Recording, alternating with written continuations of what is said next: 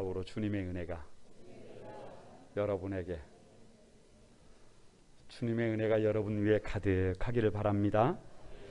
오늘은 종려주일입니다. 예수님께서 저와 여러분을 위하여 십자가를 지시기 위하여 예루살렘으로 입성하신 날입니다. 수많은 사람들이 호산나 다윗의 자손이여라고 외쳤습니다.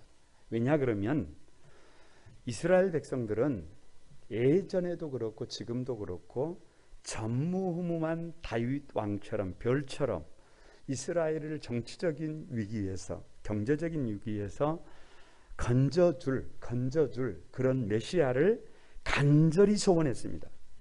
그런데 주님께서 슈퍼스타처럼 대단한 환호를 받으면서 마치 여론조사 1위의 대통령 후보처럼 화려하게 입성을 하신 것이 아니라 예수님의 예루살렘 입성이 너무 초라합니다.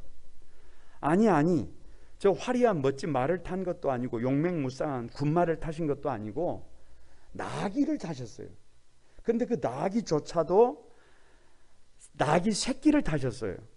그리고 예루살렘으로 들어가신 것입니다. 그래서 예수님의 삶을 혹자는 불나방이 불 속으로 뛰어드는 것처럼 십자가의 고난을 향해서, 멸시와 천대를 향해서 유월절 어린 양처럼 자신의 목숨을 주시기 위하여 고난을 자초하셨다, 이렇게 말씀하십니다. 설교를 가만히 준비하면서 이런 생각을 하게 됐어요. 주님께서 왜 나의 주님이시냐? 주님께서 왜 나의 주님이 되셨느냐? 왜 나는 주님을 내 사랑이라고 하느냐? 왜 주님 한 분이면 충분하다고 하느냐? 그분이 대단해서가 아닙니다. 그분이 대단해서가 아니에요. 어렸을 때 부족하고 모자란 나 같은 것을 위해서 부모님들이 고난을 자초해 주셔서 내가 사람이 되었고, 사람다운 삶이 되었고, 그래서 제가 그 부모님들을 나의 사랑, 나의 어머니라고 고백하는 것처럼 마찬가지입니다. 이 고난의 계절에 왜 예수님이 나의 주님이냐, 왜 예수님이 나의 사랑이냐, 다른 것이 없어요. 주님께서 나를 위해서, 나 같은 것을 위해서 고난을 자초해 주신 줄로 믿습니다. 그래서 오늘 종료주일 예수님의 리더십 16번째인데요 다 같이 한번 고난을 자초하심. 여러분, 오늘 본문을 펼치면 36절에 겟세마네 동산, 겟세마네라 하는 곳에 이르러, 이렇게 기록하고 있습니다. 그림을 한번 그려보세요. 예수님께서 12제자를 데리시고 겟세마네라고 하는 동산으로 올라가시는 거예요. 그런데 그 겟세마네라고 하는 말의 뜻이 뭐냐 그러면 기름틀입니다. 기름을 짜는 틀이라는 것이에요. 그러니까 가정에서 기름을 짠다고 생각해 보세요. 믹서기를 생각해 보세요. 믹서기에 뭔가를 넣고 돌리면 자꾸 갈아지지 않으려고 어디로 튕겨져 나가요. 밖으로 나간단 말입니다. 그러면 어떻게 해요? 안으로 밀어넣어야 되잖아요. 그런 느낌을 받아요. 36절에 보면 12제자를 데리고 겟세마네에 오르신 주님께서 너희는 여기에 앉아 있으래요. 어찌 보면 기름틀 바깥쪽입니다. 바깥쪽에는 8명의 제자들이 그냥 앉아 있습니다. 그렇게 심각한 고민하지 않아요. 그렇게 아파하지 않아요. 그렇게 문제의식을 갖고 있지 않아요. 그런데 37절에서 38절을 보면 예수님께서 베드로와 야고보와 요한을 따로 데리고 가셔서 이렇게 말씀을 하세요. 내 마음이 매우 고민하여 죽게 되었으니 나와 함께 깨어 있으라, 이렇게 말씀을 하십니다. 아니, 바깥이 아니라, 이 기름틀 바깥이 아니라 어디로 데리고 들어가는 거예요? 가운데로 데리고 들어가는 거예요. 조금 더 열심히 있고 조금 더 믿음이 성숙한 3명의 제자들을 조금 더 안쪽으로 이끌고 들어가고 계십니다. 그래서 고민을 나누세요. 그래서 슬픔을 나누세요. 그렇게 함께 깨어 있어 주기를, 함께 기도해 주기를 주님께서 뭐 하시는 거예요? 부탁하시는 거예요. 거기다가 39절을 보면 조금 더 나아가서 예수님께서 그 그 세 명의 제자들보다 조금 더 나아가, 어디로 나아가는 거예요? 기름틀 안쪽으로, 짓이겨지는 곳으로, 깨뜨려지는 곳으로, 쥐어짜는 곳으로 들어가는 것입니다. 그리고 거기서 자신을 기름틀에 던져버리는 것입니다.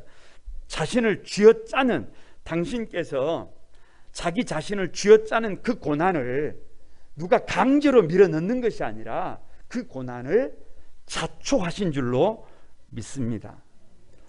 예수님은 무슨 고난을 그렇게 자초하셨을까? 여러분, 마태복음 26장을 좀 자세히 볼 필요가 있는데요. 첫 번째로 다 같이 한번 배신당함을 자초하셨다. 여러분, 21절에서 22절을 같이 한번 읽어봅니다. 우리 같이 한번 읽어봅니다. 시작. 그들이 먹을 때에 이르시되 내가 진실로 너희에게 이르노니 너희 중에 한 사람이 나를 팔리라 하시니 그들이 몹시 근심하여 각각 여짜오되 주여 나는 아니지요. 자, 여러분 보세요. 사복음서를 가만히 읽어보면 가룟 유다가 예수님을 배신할 것을 주님은 이미 알고 계셨어요. 여러분, 누가복음 22장 3절에서 5절을 보면 정확하게 이렇게 기록해 놓고 있습니다. 유다에게 사단이 들어가니 유다가 대제사장들과 성전 경비대장들에게 가서 예수를 넘겨줄 방도를 의논하며 그들이 기뻐하여 돈을 주기로 언약하는지라, 이렇게 기록하고 있어요. 그냥 그대로 생각을 해보시기 바랍니다. 가룟 유다가 어쩔 수가 없어서, 도저히 방법이 없어서, 길이 없으니까 예수님을 팔았다? 그게 아니에요. 그게 아닙니다. 가룟 유다가 어쩌다 보니까, 실수로 어쩌다 보니까 순간적인 감정으로 예수님을 팔았다? 여러분, 그것이 아닙니다. 그것이 아니에요. 가룟 유다가 예수님을 판 것은 치밀한 계획이에요. 아주 치밀했습니다.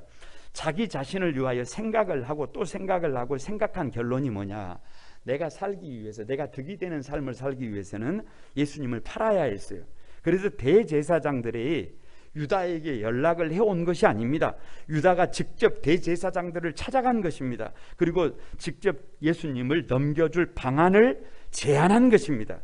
대제사장들의 생각이 아니고, 경비대장들의 생각이 아니고, 예수님을 3년 동안이나 따라다니며 배웠던, 예수님의 사랑을 그 누구보다 더 많이 받았던, 아니 가장 중요한 직책을 맡았던 가룟 유다 본인의 생각이에요. 이것은 예수님의 입장에서 보면 아무리 생각을 하고 또 생각을 해봐도 너무 처절한 거예요. 너무 처절한 거예요. 왜냐 그러면 가룟 유다는 허다한 무리가 아닙니다. 가룟 유다는 아무나가 아닙니다. 가룟 유다는 시정잡배가 아닙니다. 가룟 유다는 70문도도 아니에요. 가룟 유다는 예수님 곁에 사랑받았던 수많은 그냥 사람들이 아니에요. 그렇게 사랑받은 사람들이 아니라 가룟 유다는 12제자예요. 가룟 유다는 한 사람 한 사람을 직접 불러서 제자로 세워주신, 없어서는 안 될 특별한 사람이에요. 가룟 유다는 오직 예수님만을 위하여, 가룟 유다는 오직 예수님의 영광을 위하여 살겠다고 다짐했던 사람입니다. 12제자 중에 한 사람이, 예수님을 대신하는 사람이에요. 적어도 가룟 유다가 이렇게 주님을 배신하면 안 됩니다. 그런데 그 가룟 유다가 왜 이렇게 되었느냐? 누가복음 22장 3절에 보면 유다에게 사단이 들어가니, 이렇게 기록하고 있어요. 여러분, 유다는 뭐에 약하냐 그러면 돈에 약해요. 유다는 다른 것보다 돈에 자꾸만 넘어집니다. 그래서 여러분, 사람은 뭐를 볼 수 있어야 되느냐 그러면 역사를 볼 수 있어야 해요. 과거가 역사예요. 그래서 과거에 내가 무엇인가 한번 넘어져 봤어요. 실수해 봤어요. 잘못해 봤어요. 그러면 앞으로 내 인생에, 우리 인생에 넘어질 확률이 어디에 있느냐 그러면 그 문제에 있어요. 전혀 새로운 문제에 넘어지는 것이 아니라 또 그 문제에 넘어질 가능성이 다분합니다. 유다 자신의 역사를 볼 수 있어야 해요. 여러분, 마태복음 26장을 시작하면서 마리아가 예수님에게 향유 옥합을 깨뜨립니다. 그것을 보고 8절에 보고 분개한 사람이 있어요. 분개한 사람이. 왜냐? 그 향유 옥합을 팔아가지고, 그 비싼 것을 팔아가지고 가난한 사람들을 나눠주지 왜 협의하느냐? 왜 협의하느냐? 분개한 사람이 누구냐 그러면 가룟 유다예요. 정말로 가난한 자들을 위해서 화를 낸 것이냐? 그게 아니에요. 가룟 유다는 유독 돈에 욕심이 많아요. 가룟 유다는 유독 돈 문제만 나오면 여러분 문제가 돼요. 그래서 가룟 유다에게 돈은 그 이상도 아니고 그 이하도 아니고 돈이 우상이에요. 그래서 돈을 통로로 마귀가 가룟 유다에게 들어간 것입니다. 돈 때문에 결국은 제자로서 해서는 안 될 일을 가룟 유다가 하고 맙니다. 그런데요, 더 가슴 아픈 것이 뭐냐 그러면 주님은 그 가룟 유다를 책망하지 않는다는 거예요. 책망하지 않는다는 거예요. 아니 21절에 내가 진실로 너희에게 이르노니 너희 중에 한 사람이 나를 팔리라 라고 하세요. 아니 주님이 이미 알고 계신다니까요. 그런데 유다를 지적하지 않아요. 유다를 가르치지 않아요. 유다 한 사람을 향해서 말씀하지 않으세요. 이렇게 말씀해 주시면 안 될까요? 좀 따뜻하게. 유다야, 왜 그러냐? 왜 그렇게 기분이 나빴어? 왜 그렇게 잔머리를 자꾸 써? 왜 그렇게 다른 사람들을 왜 그렇게 다른 생각을 하니? 꼭 나를 팔아서 넘겨야 되겠어? 꼭 나를 그렇게 물건처럼 넘겨야 되겠어? 꼭 나를 그렇게 종처럼 은돈 30냥에 팔아야 되겠어? 유다야, 생각을 조금 고치면 안 돼? 이렇게 말씀해 주시면 안 돼요? 아니 유다야, 어제나 오늘이나 영원토록 좀 바르게 성도답게 제자답게 살면 안 돼? 곧게 바르게 복되게 변함없이 살아주면 안 되겠니? 나는 너를 믿었는데, 너는 충분히 잘할 수 있는데, 유다야 어찌하면 좋니? 유다야 지금이라도 조금 돌아서면 아니 되겠니? 유다야 지금이라도 좀 마음을 바꾸면 안 되겠어? 이렇게 좀 말씀을 해주시면 안 될까요? 그러면 유다가 돌아설 수 있지도 않을까요? 그런데 여러분 주님은 그렇게 하시지 않으셨어요. 그렇게 하지 않으셨어요. 왜 그렇게 하지 않느냐? 왜 주님은 가룟 유다를 책망하지 않느냐 그러면 예수님께서 만약에 유다를 향해서 유다야 너에게 사탄이 들어갔구나. 유다야 네가 어떻게 나를 팔 수가 있니? 유다야 네가 그러고도 제자니? 이렇게 돼버렸다면 여러분 이건 더 큰 문제가 돼요. 더 큰 문제가 돼. 여러분 주님께서 가만히 물으시면 가룟 유다가 주님 제가 잘못했습니다. 저를 용서해 주십시오. 제가 잠시 미쳤나 봅니다. 이러고 돌아설까요? 가룟 유다 돌아서지 않습니다. 돌아서지 않아요. 주님께서 한 제자가 나를 판다고 했을 때조차도 가룟 유다는 25절에 이렇게 말해요. 주님 나는 아니지요. 주님 저는 아니지요 라고 발뺌을 합니다. 왜 주님은 가룟 유다를 책망하지 않으시냐고요? 기다리고 있는 거예요. 돌아서기를 기다리고 있는 거예요. 왜요? 지적을 하면, 문제를 지적하면, 잘못을 지적하면 그놈의 관계가 깨진다니까요. 옳고 그름을 따져야 한다니까요. 그렇게 되면 더 이상 스승과 제자가 아니라니까요. 그렇게 되면 이제 둘이 싸워야 한다니까요. 그렇게 되면 세상 사람들과 다를 바가 전혀 없는 사람이 된다니까요. 그래서 주님은 가룟 유다가 자신을 팔아도 자신을 배신해도 그렇게 해서는 아니 될 일을 하고 있는 것을 알면서도 모르는 것처럼 끝까지 기다리는 거예요. 아니 돌아서기를 기다리는 거예요. 조금 더 기다리면 철이 들겠지. 조금 더 기다리면 생각이 바꿔지겠지. 눈물을 흘리시면서 돌아오기를 기다리고 계시는 것입니다. 이것 때문에 본문을 볼 때 아파하는 것입니다.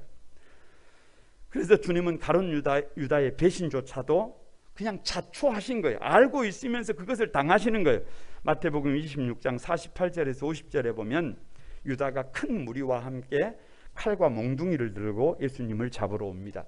가룟 유다가 군호를 짜가지고 내가 입을 맞추는 사람이 예수다, 그를 잡으라, 이렇게 군호를 짜서 옵니다. 그리고 예수님께 나와서 이렇게 말합니다. 랍비여 안녕하십니까? 이렇게 하면서 입을 맞춰요. 참 이건 처참한 일이에요.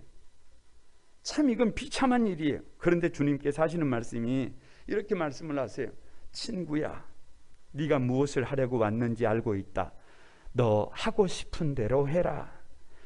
끝까지 유다의 배신을 알면서도 끝까지 유다가 해서는 안 될 짓을 하고 있는 것을 알면서도 도망치지도 않고 잘못을 지적하지도 않고 유다와 싸우지도 않고 군인들을 피하여 도망치지도 않고 배신당하는 것을 자초하시는 거예요. 고난당함을 자초하시는 것입니다. 이것이 우리 주님의 고난을 자초하는 리더십입니다. 여러분, 한 가정에서 엄마가 되고 아버지가 된다는 것은 이 고난을 자초함 없이는 그게 불가능해요. 여러분, 교회도 마찬가지예요. 리더가 된다는 것은 이 고난을 자초하지 않고는 리더가 될 수가 없어요. 여러분, 가룟 유다의 배신을 주님은 너무 잘 알고 있습니다. 가룟 유다는 치밀하게 예수님을 속일 수 있다고, 이용할 수 있다고 생각했지만 가룟 유다의 마음을 보고 알고 계셨어요. 그럼에도 불구하고 책망하거나 싸우지 않습니다. 끝까지 기다립니다. 끝까지 돌아오기를 기다립니다. 그래서 우리 주님이십니다.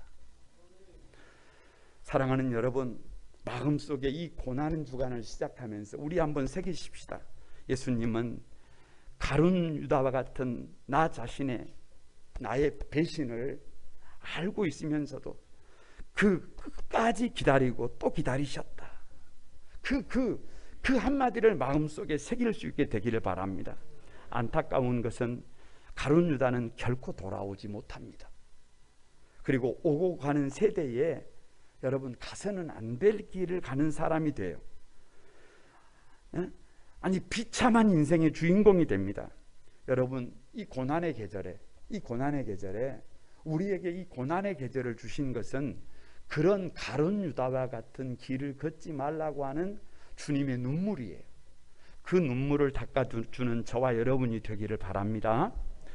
두 번째로 예수님은 무슨 고난을 자초하셨느냐 그러면 다 같이 한번 버림당함을 자초하셨다. 여러분 6장 31절을 다 같이 한번 읽어봅니다. 31절 다 같이 읽습니다. 시작. 그때 예수께서 제자들에게 이르시되 오늘 밤에 너희가 다 나를 버리리라. 기록된 바 내가 목자를 치리니 양의 떼가 흩어지리라 하였느니라. 거두절미하고 주님은 모든 제자들이 예수님을 버릴 것을 알고 있었어요. 여러분, 우리는 가룟 유다 얘기를 하니까 가롯 유다만 예수님을 버렸다고 생각을 해요. 그런데 그런 게 아닙니다. 가롯 유다만 버린 것이 아니라 12제자가 다 주님을 버릴 것을 누가 알고 계시는 거예요? 주님이 알고 계시는 거예요. 여러분 26장 31절을 이렇게 시작해요. 그때에. 근데 그때가 언제냐 그러면 26장 17절을 보면 무교절의 첫날에 이렇게 기록하고 있어요.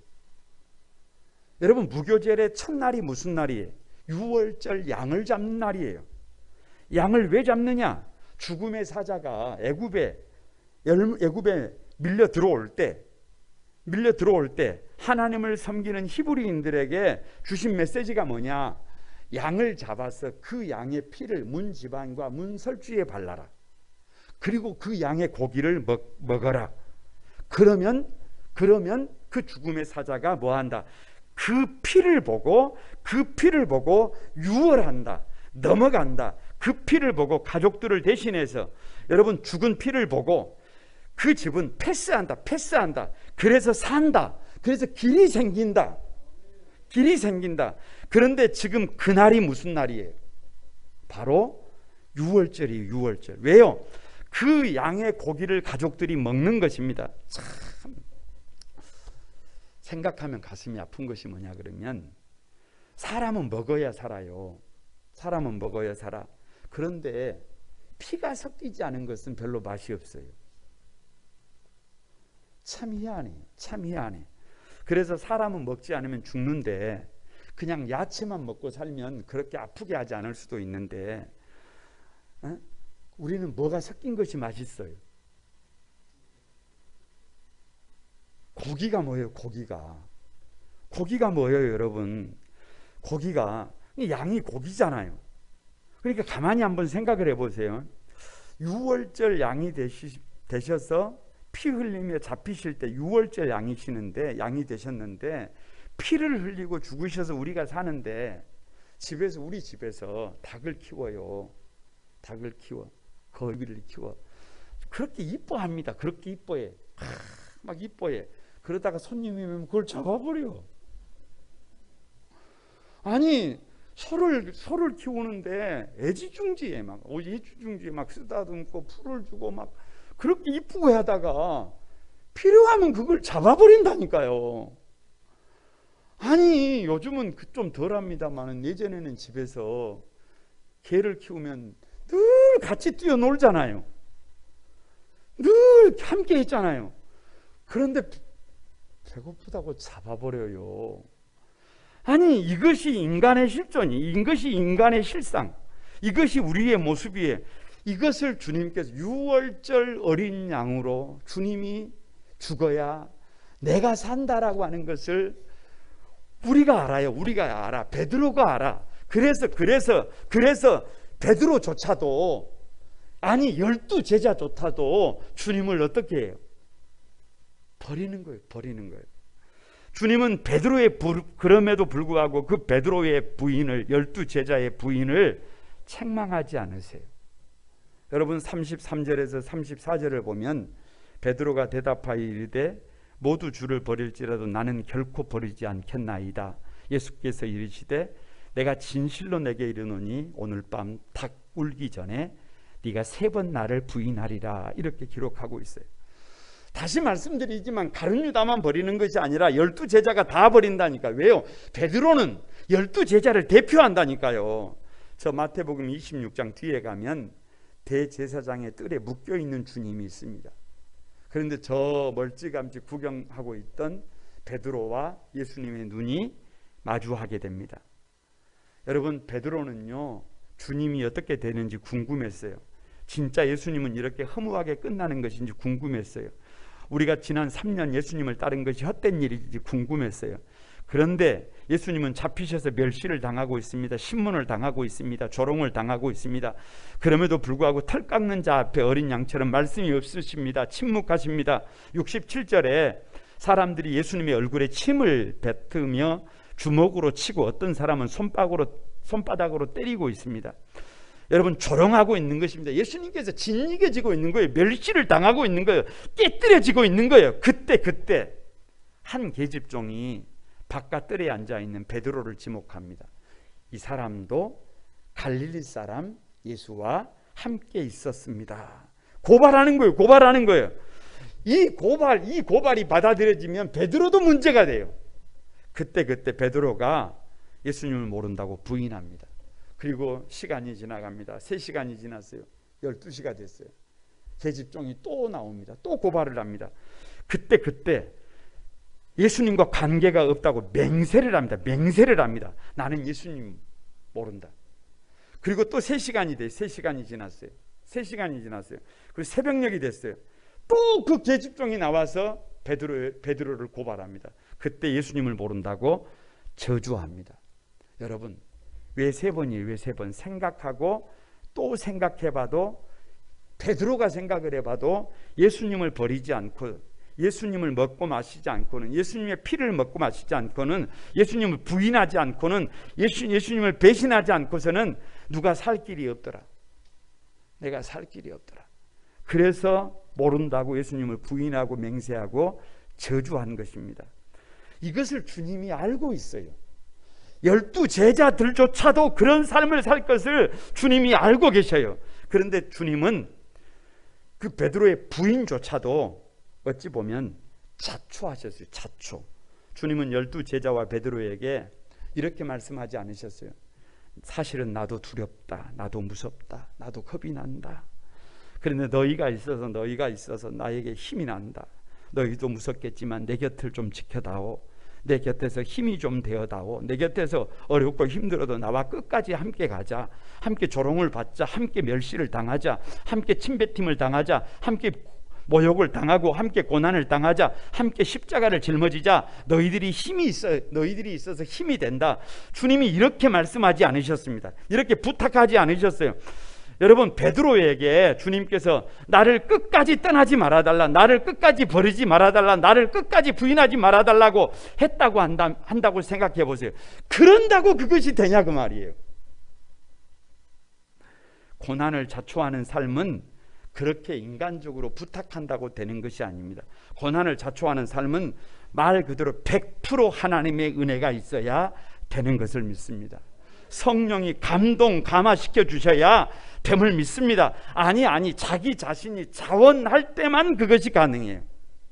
그래서 마태복음 26장 74절에서 75절에 보면 베드로가 이르되 나는 그 사람을 알지 못하노라 부인하고 맹세하고 저주하고 돌아서서 나오는데 곧 닭이 울더라. 이에 베드로가 예수의 말씀에 닭 울기 전에 네가 3번 나를 부인하리라 하심이 생각이 나서 밖에 나가 심히 통곡하고 울더라. 아니 모른다고 부인하고 맹세하고 저주하고 돌아서서 나오는 해필이면 그때 닭이 꼭끼요 하고 우는 것입니다. 그때 거기서 베드로가 뒤집어집니다. 그때 거기서 베드로가 달라집니다. 거기서 베드로조차도 고난을 자초하는 삶으로 삶의 방향을 터닝합니다. 그래서 예수님은 12제자가 다 부인할 것을 알면서도 다 버릴 것을 알면서도 더 이상 책망하지 않고 책임을 묻지 않고 오히려 제자들이 다 부인하도록 다 떠나가도록 다 도망치도록 자초하신 거예요. 사랑하는 우리 한소망의 가족 여러분, 이 고난의 계절을 시작하면서 예수님께서 유월절 어린 양이 되어 버림을 받아야 함을 죽어야 함을 예수님은 알고 계셨다니까요.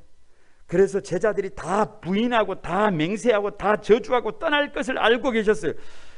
그것을 책망하지도 않고 그것을 가만히 지켜보고 계셨어요. 아니 그렇게 하도록 자초하셨다니까요. 그 고난을 자초해 주신 주님이 계셔서 저와 여러분의 인생에 여러분 새 삶의 길이 열린 줄로 믿습니다. 저는 이런 생각을 했어요.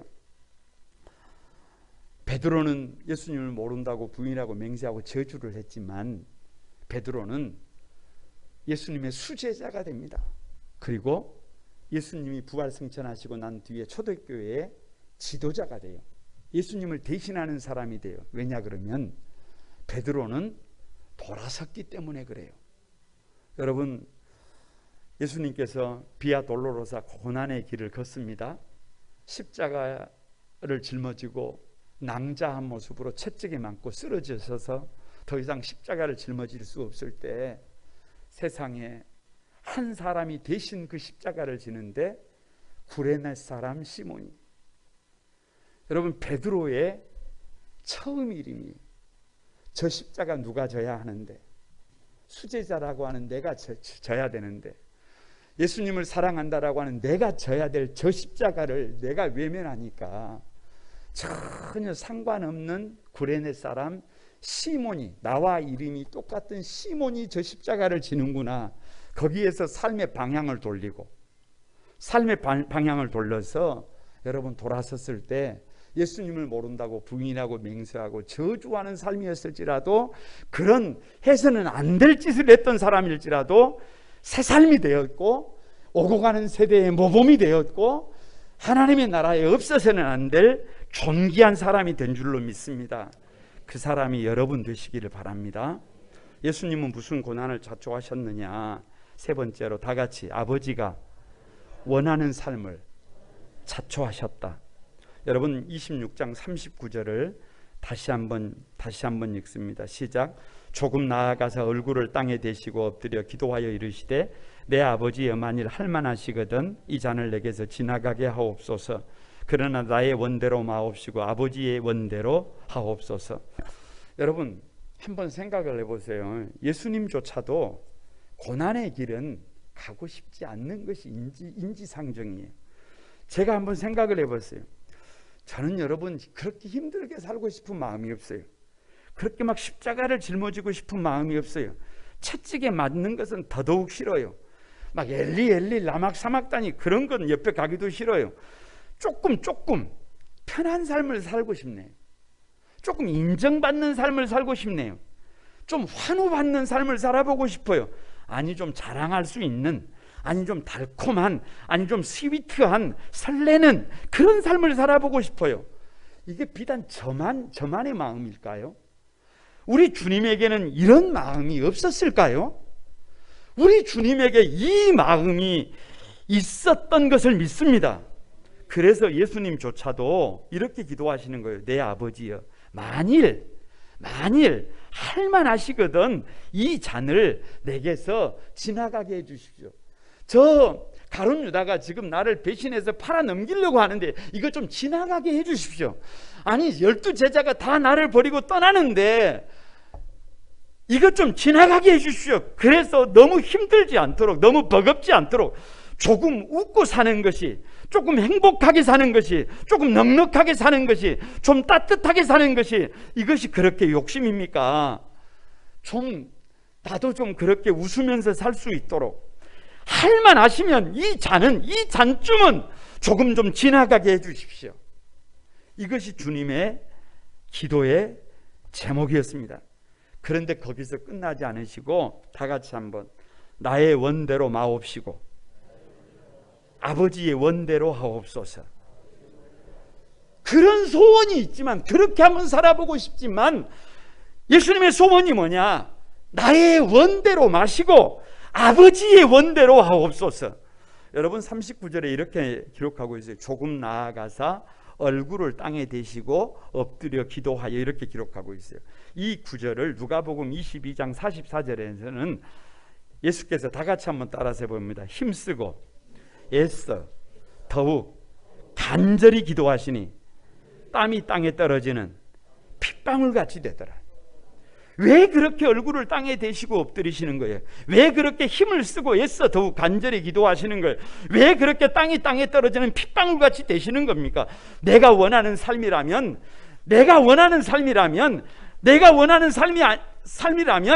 여러분 그렇게 어렵지 않아요. 그렇게 버겁지 않아요.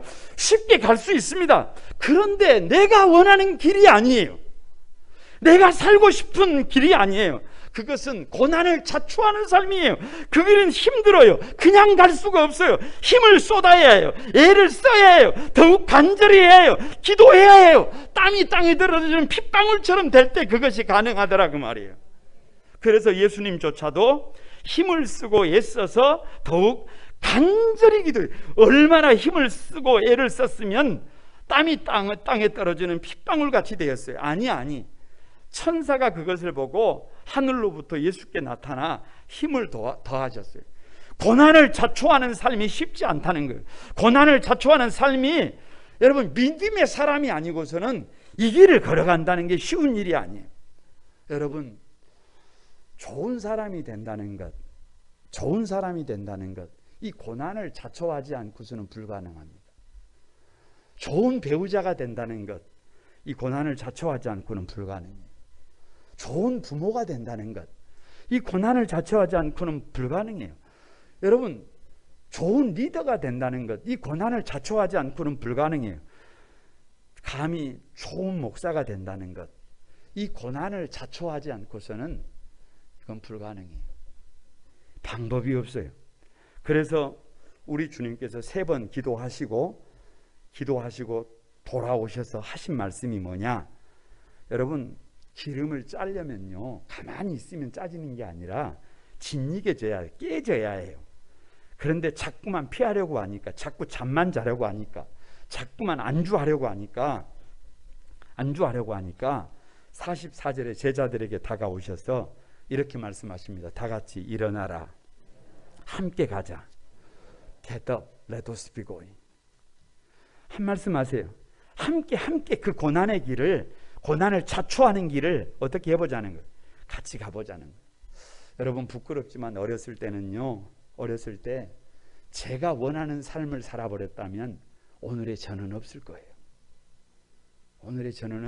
그래도 곁에 누가 계셔서, 부모님이 계셔서 춘기라 이렇게 살아야 한다, 이런 삶을 살아야 한다 라고 말씀해 주시는 부모님이 계셔서 곁길로 나가지 않고 그래도 중심을 잡고 삶을 살아갈 수가 있었습니다.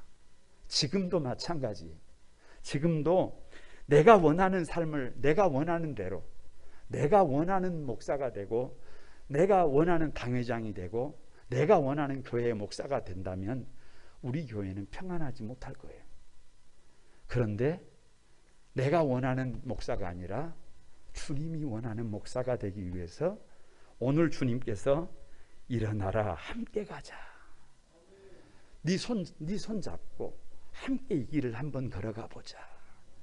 그 주님의 세미한 음성 때문에, 그 세미한 음성 때문에 나를 나보다도 더 잘 아시고, 나를 나보다도 더 사랑하시고, 나를 위해서 세밀하게 여호와 이레로 계획하고 계시는 그 하나님의 은혜를 알고 있으니까 주님께서 한번 일어나서 손잡고 같이 그 길을 걸어가자라고 할 때 힘이 들어도 다시 주님의 손을 잡는 거예요.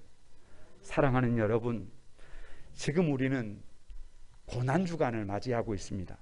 우리 주님께서 저와 여러분을 위해서 오늘 이렇게 말씀하시는 거예요. 아들아, 딸아, 이 고난을 자초하는 삶을 나와 함께 한번 살아보지 않겠니? 그래야 이 시대의 리더가 된단다. 그래야 이 시대에 가치 있는 삶이 된단다. 그래야 이 시대에 땅에 떨어져 있는 명예를, 하나님 나라의 명예를 다시 회복할 수 있단다. 주님이 말씀하시는 거예요. 여러분, 내일부터 특별 새벽기도회를 시작하려고 하는데요, 이 고난을 자초하는 이 삶에 우리 함께 누가 강요해서가 아니라 가만히 하루의 첫 시간을 주님 앞에 기도하면서 그렇게 한번 달려가 보기를 주님의 이름으로 축복합니다. 그래서 내가 원하는 삶이 아니라 아버지가 원하는 삶에 나를 쳐서 복종시킬 때, 나는 별로 한 것이 없는데, 나는 별로 그렇게 대단한 삶을 살지 못했는데 주님께서 나를 위해서 어떻게 일해 주셨는지를 간증할 수 있는 여러분이 되시기를 바랍니다. 어제 우리 학생들에게 세례 교육을 하면서 이런저런 교육을 하면서 많은 것들 중에 11조에 대한 얘기를 했어요.